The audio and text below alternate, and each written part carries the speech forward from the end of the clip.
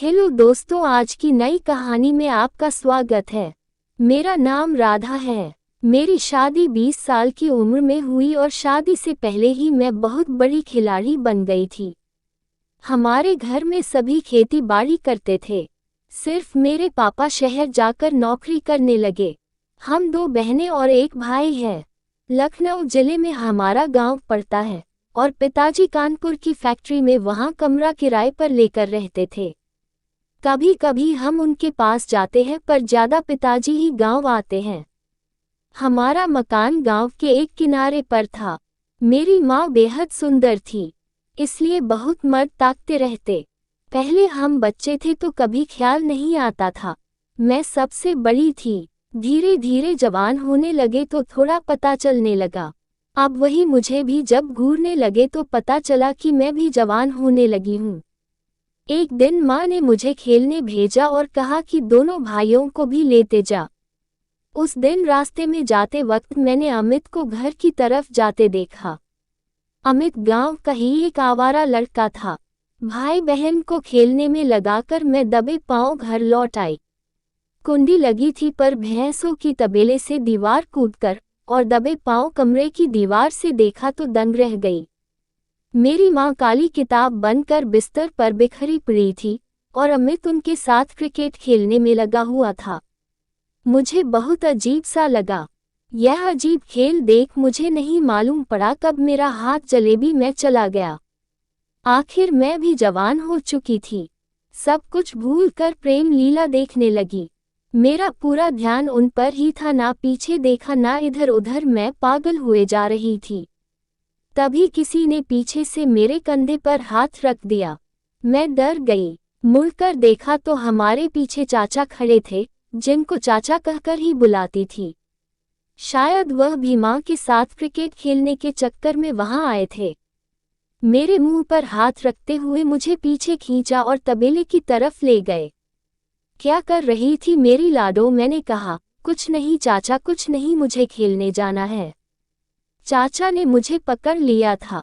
मैं कसमसाई, लेकिन मुझे मजा आ रहा था, पर लालच बस में जाने को कह रही थी। चाचा ने और कस के पकड़ लिया और बोले, पूजा मजा आ रहा था क्या तुझे अपनी माँ को क्रिकेट खेलते देखकर? मैं बोली, चाचा मुझे जाने दो। चाचा मुझे कहाँ छोड़ने वाले थे।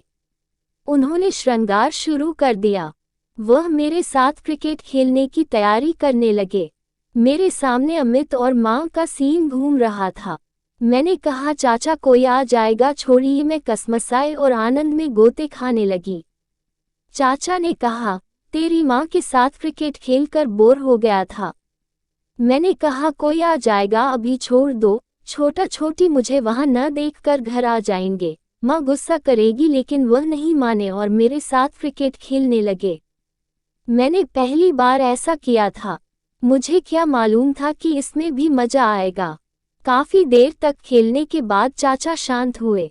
फिर बोले, राधा रानी अभी पूरा खेल खेलना बाकी है। मैं चुपचाप मुंह नीचे करके वहां से भागकर छोटा छोटी के पास गई और वहां चुपचाप बैठकर घटना के बारे में सोचने लगे।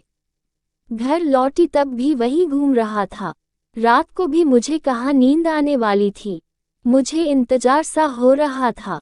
मैं सोच में पड़ गई कि अब चाचा क्या करेंगे। क्या वह घोंसले में भी तीतर घुसा देंगे, और कब, कितने दिनों के बाद?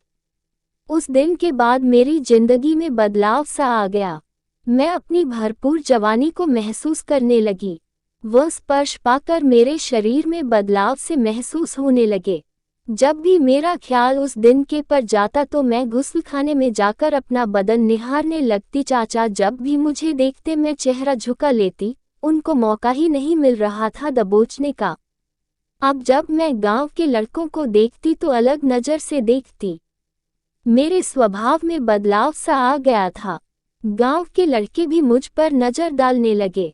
अचानक से वह दिन आ गया और अचानक से छोटा और छोटी को लेकर माँ नानी के पास गई। मुझे बोल कर गई, आज तुम स्कूल नहीं जाओगे। घर रहना और खेतों में जो काम कर रहे हैं उनको चाय पानी बना कर देना। मैं अकेली थी। दिन में बहुत गर्मी थी। उस दिन माँ को शाम को घर लौटना था।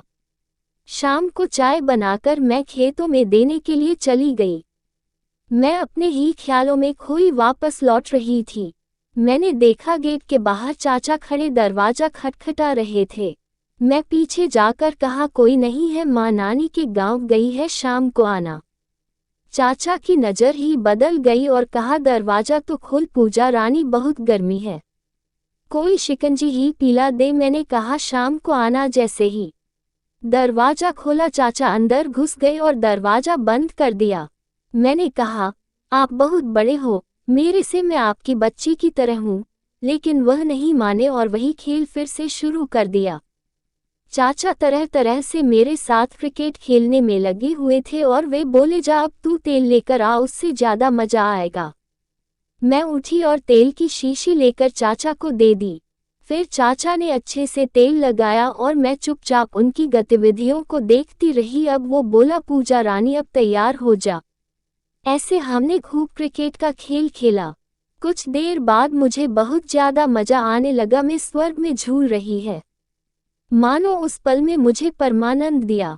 अब मैं सारा गुप्त ज्ञान प्राप्त कर चुकी थी और शाम तक मैं और चाचा खेल खेलते रहे।